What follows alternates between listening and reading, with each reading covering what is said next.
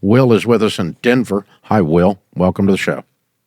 Hi, Dave. Thanks for having me. Sure. What's up? So I am a managing partner and founder of two businesses. The first is an entertainment law firm that does about 1.5 annual gross. And then the other is a digital advertising firm that does about 4 million a year. I have about 17 staff members that are full-time. So the question I have is, when is it better to walk away from money owed to us to preserve an industry-wide reputation when, particularly in both those fields, industry is everything for kind of our level of service business? Okay. I'm not sure I've got a full grasp of enough to get this. So, Sure. So how much money is owed to you? So there's a party that owes us just under $1 million. And so it is. Why are they not? Why would it hurt your reputation to go get the money that is owed to you? Because they are entrenched in the space fairly substantially, and they are very, very, very loud about everything. And so, unfortunately, they're what we call bad actors in what they do, and they would twist kind of the facts of it, and then on top of that, having lawyers sue clients is never something that I have ever wanted to do, and so it's a tough way to look at it for us. And what we perceive our reputational damage would be trying to go after that, and then on top of that, it's even if there's anything to get from them, because if they're not paying us, who else are they not paying? Yeah, that's one of the analyses. Is this worth the trouble from an actual financial standpoint? From a principle standpoint, is it worth the trouble? I don't hear you standing on principle on this, like I'm going to drive this to ground just because. I'm hearing you going, you're being very practical about it, which is fine. I don't have any issue with that at all. There's times to do that. And if you're going to be very practical, then you go, hey, do they have $1 million? If they don't, then suing them and getting $1 million judgment's not even worth the paper it's written on. You know that as an attorney, right? Right. Yeah. Right. You can't execute on a judgment where there's no asset base. Right. The issue is that also, as a lawyer, I have a partner who is tied to these individuals on top of it. And so what does that mean? They're like childhood friends and that type of the long-standing relationships there. And so my business partner is now left just absolutely, obviously it's done, it had issues in the partnership, but on top of it, he has a friendship that's essentially been destroyed. So it's all of those things mixed together. So he is saying the same thing you're saying, and so he's on your team. He's not on their team inside your business. Correct. Okay. Yeah. All right. Well, that doesn't then. I mean, all it does is it just brings up more emotion for him if you decide to deal with this. It sounds to me like you've already made the decision to walk. It's tough because it's $1 million. It's a lot of work and time and effort, and it was the sale of a business inside of it as well. And so it's just.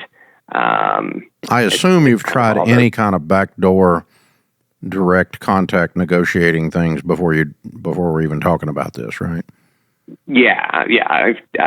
Yes, and it's been met with just belligerence and these people are buttholes. Yeah. Okay, so they're a large actor in the space. If you never do business with them, is there room for you? Yes. If we never do, I'll never do business with them anyway. It's just that's what I mean. If we go after them, it's just.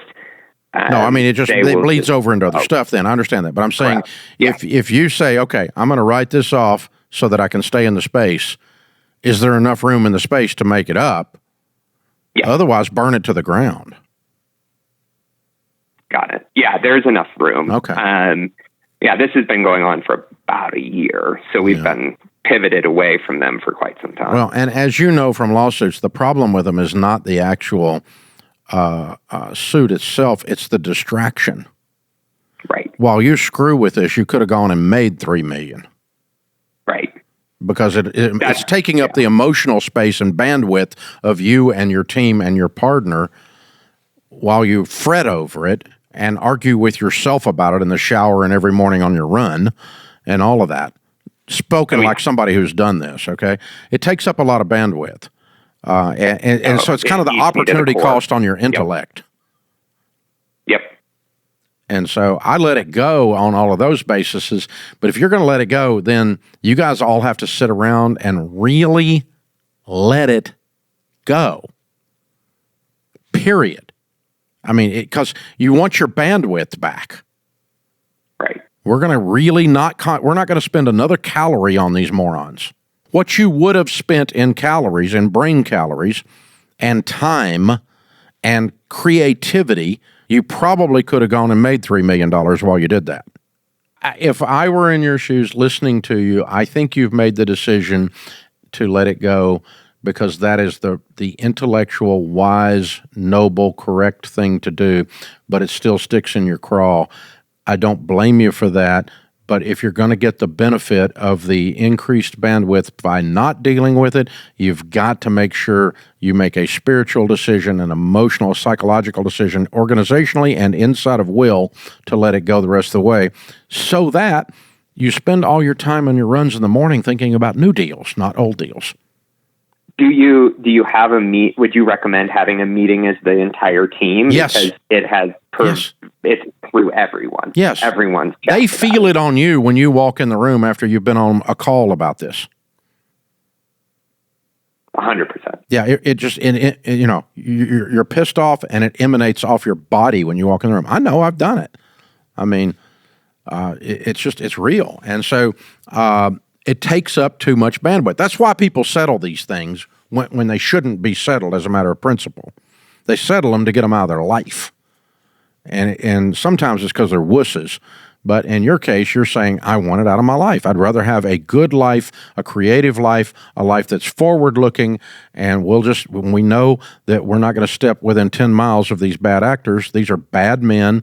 They're evil men, and we are not women. We're not going to do business with these evil men and women. And they lie, they make up stuff, and they don't pay their bills. And we're not going to do, and you've really got to shut it down. And I'll be honest with you, it's not easy to do, but I've spent some time doing it myself, and it's worth it. It's worth it. It's kind of in a warm and fuzzy thing, and it's not that at all, but it's almost like the benefit of forgiveness is as much for the person who forgives as the one that they forgive. Ooh, forgiveness on this one. I think I can move past it, but I don't know. No, I didn't say reconciliation. I didn't say reconciliation. I said forgiveness. Okay. There you go. Fair enough. I can forgive someone that steals my wallet, but I won't leave it in the room with them again. Understood. That's the difference in forgiveness and reconciliation, okay? Yeah. And so you don't have to be reconciled to a dad-blame crook. I know where they are. They lie, they cheat, they're a pathological liar, bad actor. They'll get theirs. I'm moving on. I'm not going to be in the same room with them again. And if I am, it's going to be at a distance with a 10-foot pole. And I'm going to not ruminate on this. I'm not going to drink a bottle of poison every morning and wonder why they're not dying when I'm the one drinking the poison. Spoken like someone that's been here. I can hear that because that is what it feels like every day. Yeah. Well, that's the essence. From a spiritual perspective, that's the essence of forgiveness. But because it doesn't have anything to do with the person who committed the atrocity, it has to do with you.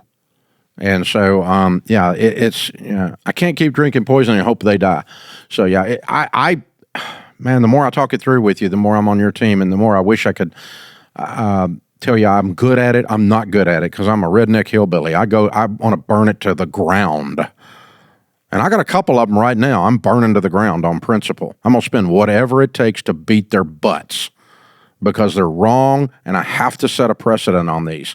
And I'm way deep into it. I'm going to finish those. A couple of the others I've had to deal with, I just let them go. And I chose my battles, in other words. And this one, what you're doing is you're choosing your battles. So, yeah, me and you both, brother. But yeah, go spend your money, your smile, your time, your creative energy doing what you've done up until this one speed bump came along, and that's doing wonderful things to help people and grow their businesses and serve them with a good lawyer. And man, it's just go do that and let these morons go. Yeah, I'm with you. That's where you wanted to go anyway. We just talked it through together, and I'm in agreement with you. So good stuff, dude. Good stuff. Wow. Way too authentic on this podcast today, but oh well.